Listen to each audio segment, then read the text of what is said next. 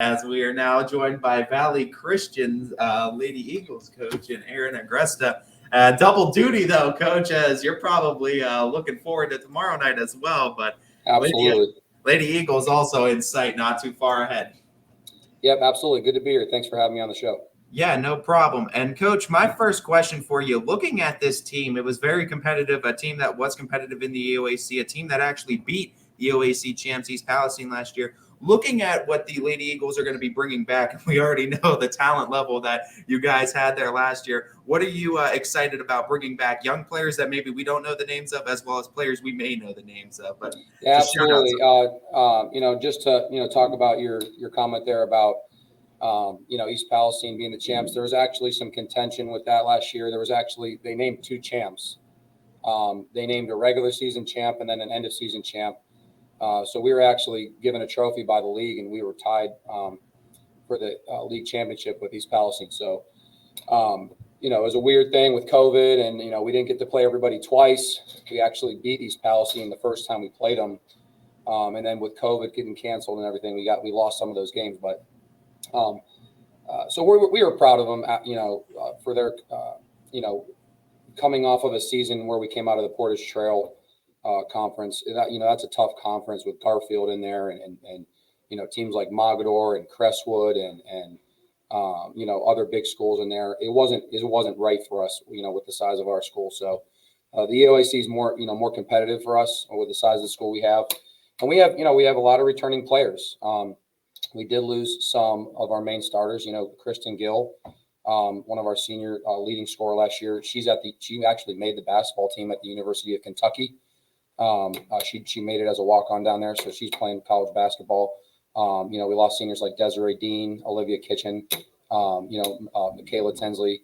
So, big players out of our starting lineup, but we also have a lot of players that contributed to that team last year back. So we have players like Nadia Beck, Kyle Turner. We have DeAndra Tinsley. She's actually a junior starter returning. We have Julie Peterson, another senior returning starter. So, we have a lot of talent coming back, and we're excited to keep competing in that conference. Coach, before we continue this, I just want to take a side step because you brought up Kristen Gill, and man, being able to walk on at the University of Kentucky and put a jersey on that has that SEC emblem on it, something that not a lot of players get to be able to do. How proud are you as a coach and Valley Christian as a kind of community to be able to say that we kind of helped breed her and she's from Valley Christian and that's kind of our girl that's out there putting on the white and blue. Absolutely. Anytime, and that's not anything, that's not patting my back at all. I was just proud to coach her. Any player like that, when I was in Louisiana coaching, I had a girl go Division I as well. She's at the University of Louisiana Monroe right now, Division I. So, anytime you get a player that goes to play any level of college basketball, that is a tremendous accomplishment for them, because even you even go down to Division II and Division III, those players are very, very good. I don't think a lot of people realize that until you're up close and personal. I played at Geneva College over in Beaver Falls, Pennsylvania, and those teams are always overlooked. Those players are always overlooked.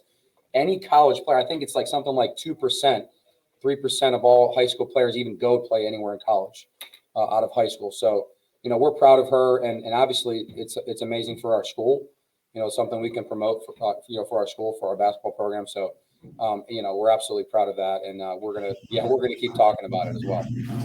I just want to mention too, they're kind of like Beaver local with that. I love that backdrop that they got too at the Valley Christian. Yeah, you know what? It's kind of crazy. I'm actually in class right now because I teach calculus here after lunch, and they're actually over here doing an assignment, and I have a backdrop up just so it would look like I'm more, That's awesome. That's awesome. We love it. Looks official. Well, I'm doing what I can here. As we kind of met the team a little bit too, I also wanted to just take a real quick second while we're already meeting everyone. Let's meet the rest of the staff that you're going to bring with this team this year. That's going to kind of help these girls take that next stages in their development and reach further for their ceiling. Absolutely. I have two assistants with me this year. They've been with me for the last 2 years since I've been at Valley. Steve Satchery, you guys might know him. He's the assistant AD over at Jackson Milton, and he's a gym teacher over there as well. He's been teaching and coaching for, over 30 years. He's been at Jackson Milton for almost 40 years. I think this is his 40th year at Jackson Milton. He's an amazing guy, amazing person, and he knows the game of basketball very, very well. So, I told him he's not allowed to ever retire. He's going to be with me as long as he's with us, So he does a great job for us. And then Monica Perkins, she's my on campus assistant coach. She coaches our JV team. She does a great job with the girls. I think it's important to have, when you can, a female coach on the team when you're coaching young ladies. So she leads that, that aspect of the team for us. And then obviously head coaches our JV team. So those are two important pieces to the puzzle. Coach, we would be remiss if we didn't talk about the football team before we ended this this interview. I know you're excited for basketball season, but you got some stuff on your mind heading into the playoffs. Help us to preview this playoff matchup and what your defense is looking for and how exciting it is for Valley Christian to be having such success this year. Absolutely. Valley's had some good teams in the past, but in the last probably 5 or 6 years, I think the best team that we've had in the last 9 years is a 5-5 team. And only one of those teams made the playoffs. So just to get back to a 7-2 record, and have a winning season under our belt, that's an automatic huge accomplishment for us. I think it's just the first of many great things to come. Obviously making the playoffs and then going into this playoff game, we're playing the team Cuyahoga Heights out of Cleveland. And, obviously we have film on them and, they have a coach over there that's been doing it for a long time. And we respect the heck out of them. They run kind of a triple option style offense with some mix of going spread and trying to throw it around a little bit. So, we've got our hands full, but we think we have a good plan in place. And, we've just preached to our guys all week that we're going to just play.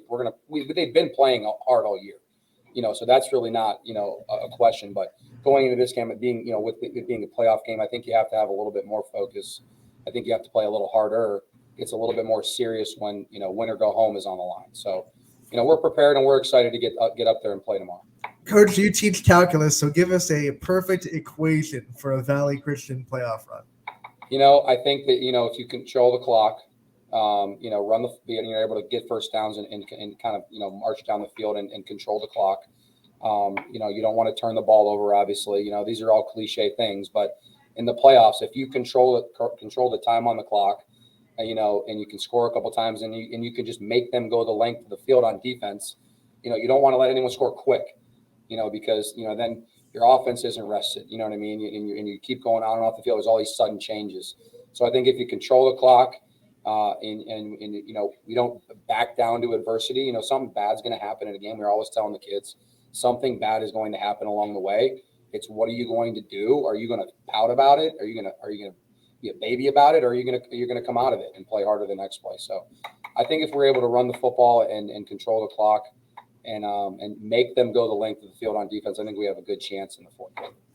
You guys obviously won against your last two opponents by a final score of 56-0 combined. So that's obviously credit to you. Switching back over to the basketball team, but looking at that defense, obviously heavily involved in the last 2 weeks for football. Do we expect that to kind of cross over in the same kind of coaching philosophy and mentality? Is this going to be a defensively strong Valley Christian Lady Eagles unit? Do expect? I think we are. I mean, we do a number of things. If it were my choice, I'd say let's play man-to-man all the time.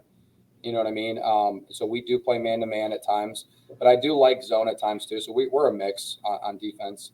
I think it is good to change in high school, especially when you're constantly changing defenses. I think teams have a hard time with dealing with that because they constantly got to get in and out of different offenses versus your defenses. But I'm a fundamental believer. So we're constantly preaching offensively and defensively, controlling the ball. Don't turn the ball over.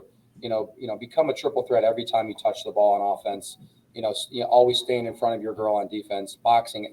So we're always preaching fundamentals. So it doesn't really change football to basketball. I'm not necessarily an over defensively minded basketball coach just because I'm a defensive coordinator. But as a head coach in basketball, I'm more we're focused on the fundamentals all the time. But we do start with defense. These last couple of days we've been practicing. We do a lot of defensive drills.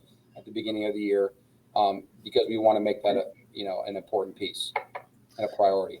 Coach, thank you so much for taking the time to join us. I'm sure it's a busy day for you, getting ready for game day tomorrow, and of course, teaching calculus. Thank you so much for taking the time to join us. We wish you the best of luck tomorrow night for the football team, and we wish your girls the best of luck this year. We know we'll talk to you again real soon. Absolutely. Thanks for having me on, and I appreciate it.